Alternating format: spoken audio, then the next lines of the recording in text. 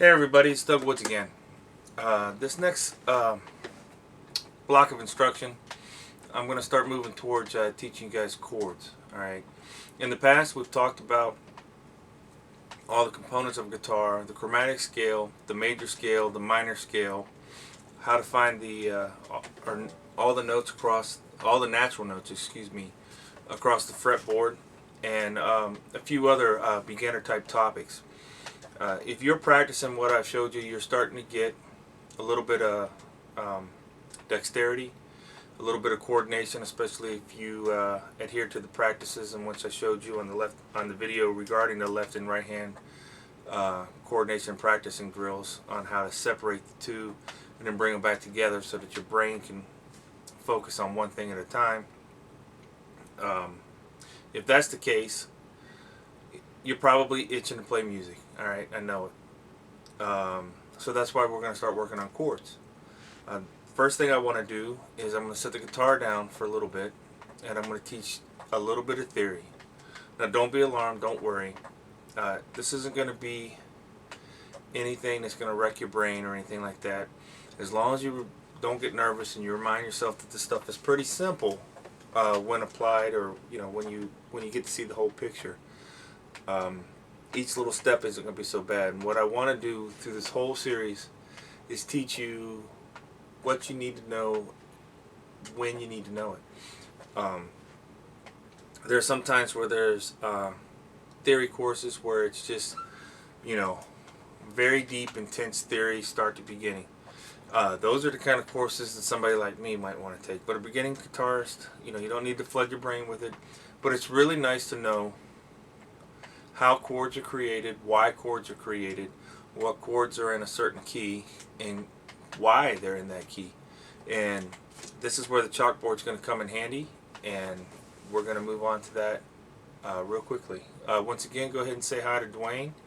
He's always liking to hang out in the background of my videos. And so give me a couple seconds to grab the whiteboard, move a little bit closer to the camera, and I'll start trying to explain a few things.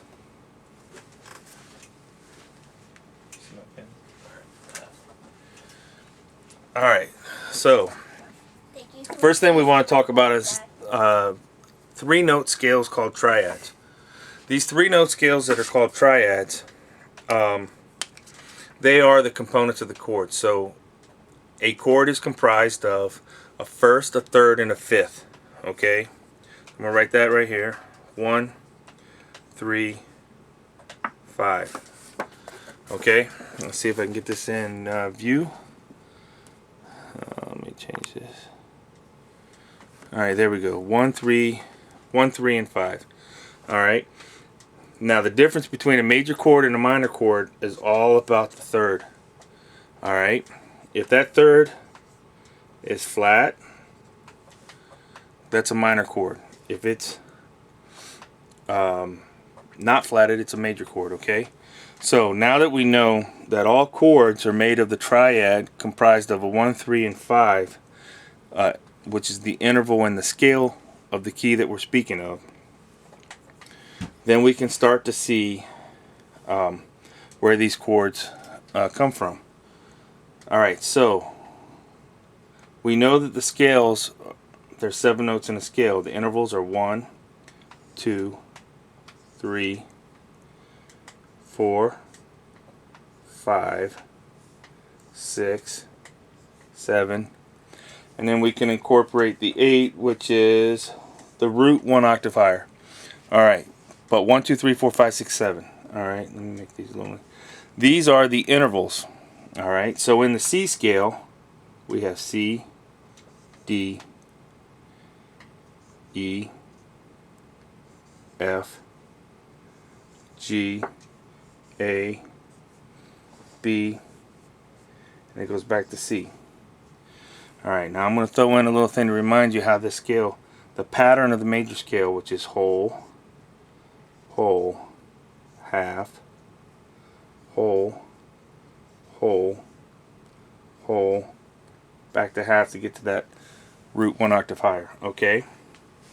So, what am I talking about in a triad? Alright, once again, we're talking about the first, the 3rd, and the 5th. Alright, so that gives us our C major scale. Alright, let's see if I can get this all on the camera. Alright, so the triad that makes the C major scale was 1, 3, 5. Alright, those notes are C, E, and G. Okay, so a C chord is made of C, E, and G. Now you might say, yeah, but I saw somebody play a C chord and they were playing 5 or 6 strings or something along those lines. What ends up happening when you're playing guitar with the chords is you stack them. You end up with more than one octave in what you're playing. Okay? Now, the next triad that we would look at is 2, 4, and 6. Because to be in the key, the chords have to contain the notes of the scale relative to that key. Okay? In the key of C, the scale is C, D, E, F, G, A, B. Okay? Those chords that are in, let's see if I can step back a little bit, in that key are always going to have these notes. Alright, so the second triad that we're going to look at is the 2, 4, and 6 in the C scale. Alright, so what's happening here? Let's go ahead and move these intervals out.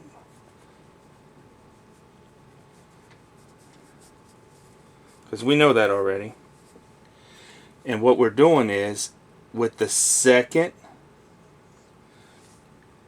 note in that scale, we are going to do another 1, 3, 5. Alright, you see how that's happening? Because we've moved our position over and the chords are made of 1, 3, and 5. So will the next chord. It's 1, 3, and 5 will be the 2nd, 4th, and 6th of the root. Alright, now we have to take a look. Is this going to be a major or a minor? A major or a minor chord? We know that we're going to do our whole half again. So between D and E is a whole step. Between E and F is a half step.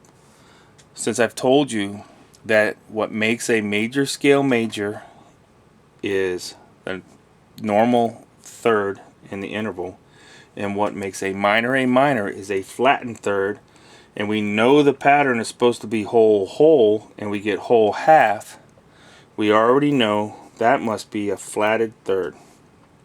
Alright, you guys see how that happened? And in the 5th's a 5th. Alright, that is not going to change the characteristic of the chord in relation to being major or minor. Alright, so now we know in the key of C, we've got C major, we've got D minor. Alright, and we did this, we have established this by doing the triads, going through the C scale. Now I'm going to go ahead and repeat this later on the guitar, so hopefully putting two together will make a lot of sense. Alright, now I'm going to erase some stuff now so it doesn't get too busy, because the next thing we're going to be looking at is the 3rd, 5th, and 7th. Alright, and it goes all the way through each one of the intervals of any particular major scale. So let me go ahead and erase some of this so that it gets a little more clear. I don't want to make it confusing because all my stuff is sloppy.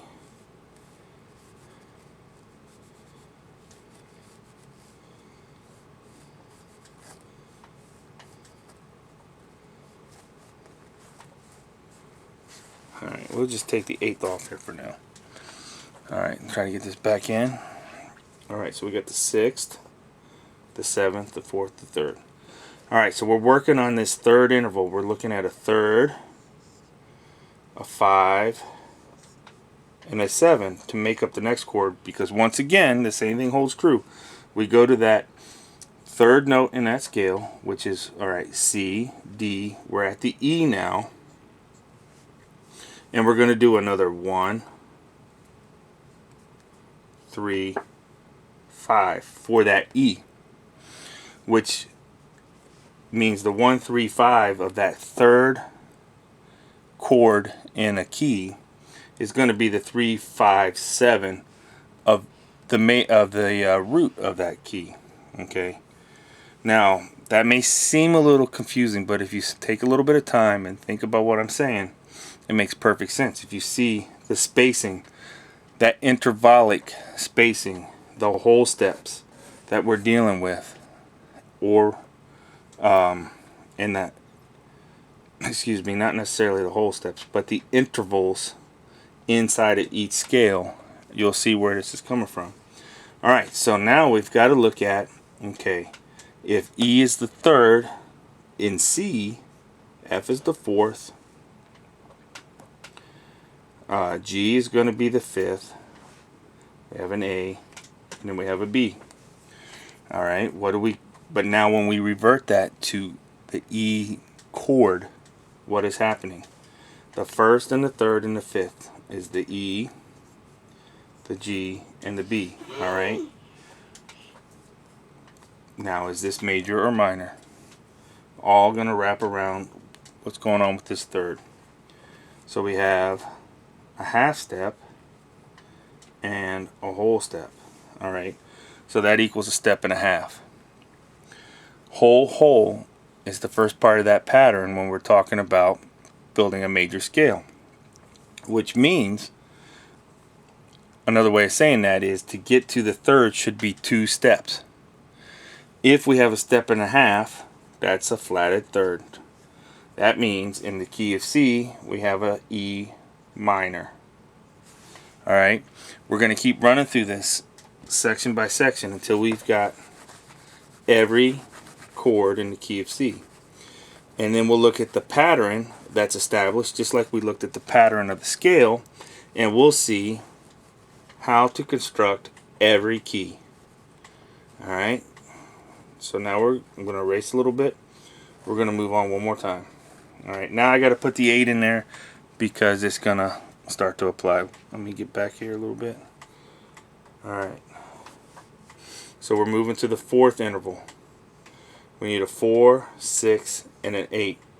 Now all that 8 is the root 1 octave higher. Okay, so don't come back and get all confused and say, wait a minute, I thought you said there's 7 notes in the scale. There are, and then they're just going to repeat octave after octave. Alright, in the key of C, which is what we've been dealing with, the fourth is C, D, E, F. So we're going to construct the F chord in the key of C and to determine whether or not it's going to be major or minor. So if F is the fourth, G is going to be the fifth, A is going to be its sixth, right? And then of course the eighth is the octave, that's C again. So an F chord is made of F, A, and C. Now what kind of F chord are we talking about in the key of C? Once again, we need to go back to this third, determine whether that's flat or not. We have a whole step. We have a whole step. That is that 2, that's a full 2 intervals. That means we've got an F major. Alright, you can see that right over there. I'm going to rewrite this over here. So in the key of C we have a C, a D minor, which I'm going to depict with a little M. Let me get into the camera here. We got a C, a D minor, an E minor, and now we found out we have an F. Okay, now we go back and we do it again for the fifth. Now what I'm doing is I'm stepping through the triads, okay, and by going through the scale relative to the key, we're able to determine each and every chord. Okay, I'll keep repeating that so that it makes lots of sense. Alright, so if you hear me saying it over and over, it's not because I like to hear myself talk, it's because I'm hoping it'll help it sink in. Okay, alright, so I got everything in the board. Now let's remember, a 2 is going to be a 9, a 3 would be a 10 if we keep going on through the scale, right? The fourth would be 11, on and on and on. Why does that matter? only when we're going through the scale and constructing it, okay? Forever and a day, the 8 is the 1 octave higher, the 9 is the 2 1 octave higher, etc., etc. But so that we can keep this pattern moving nice and smooth, that's how I'm going to depict it right now. So we moved on to the 5th, right? We got 1, 2, 3, 4 chords. We're going on to the 5th chord, which is going to be some kind of G. Let's figure it out.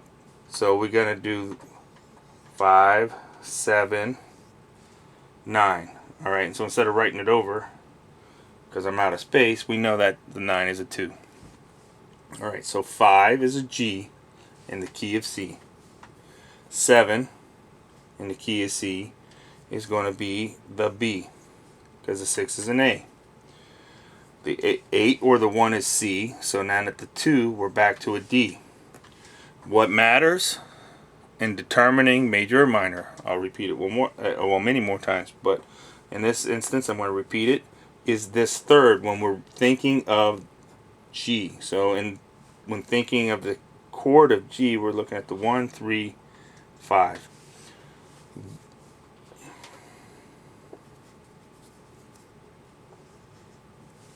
Okay, hopefully all this is coming out and you can see it well. So the G is the 1, the B is the third, the D is the 5. What kind of third are we talking about?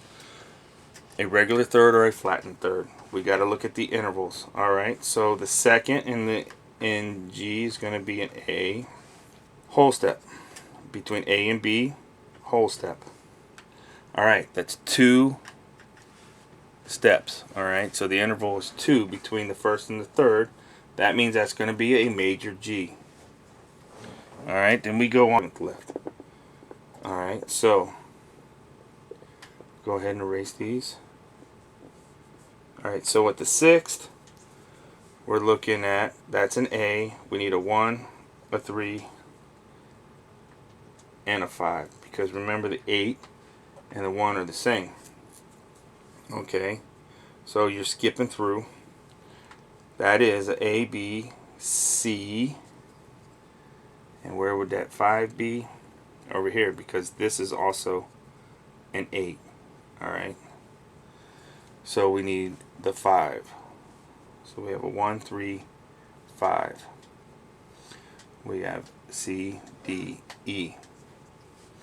So the 1, 3, 5 in A is going to be an A, C, E. Alright, I can write that back out for you if you here in a second, linearly relative to A, so that you can see, because I've rolled this over, it might be a little bit confusing. But since we know it's a C, E, what we care about is that third to determine whether we got a major or minor. What do we got here? That 7th is going to be a B.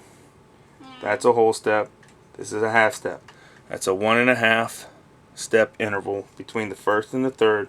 That means that's a flattened third, and we have A minor. Okay, now if you're confused at how I got that E, we'll go ahead and underneath this real quick, we're gonna write this 1, 2, 3, 4, the 1, 3, 5 relative to A. So we got A, the second is a B, the third is a C, the fourth is a D, the fifth is an E. Okay, you see how that works? Okay, so you're stepping through the intervals of the C, always apply, and if you do it correctly, when you go down to that particular chord, you're always going to deal with the 1, 3, 5. Alright, so what does that mean? You're always taking 2 steps. Intervallically, intervallically in the key that you're in, so C, you're looking at that scale, and you're always looking at every other one. Okay, if you haven't picked that up yet, that's what's happening. Every other one, every other one, every other one, so on and so forth. Okay, so in A minor, or A is going to be a minor, because that C is a minor. So what that means is in A major, which is in a different key, you'd have a C sharp. All right. Now we're going to go to that 7th, which is an ugly kind of chord for most music, and I'll explain it, and it may be years before you use it, but just so you understand that this pattern holds true, we're on the 7th. Alright, can you see it? Alright, on the 7th. That is now the 1. Since it's every other 1, the 8 and 1 are the same. This becomes the 2, or the 3. So the 2 is a 3, and the 4 ends up being a 5. Alright, you can kind of see how this is developing. This is going to be a B. This is a D.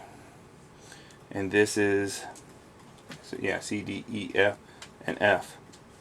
Alright, so that 7th interval is some sort of D that is comprised of B, D, and F.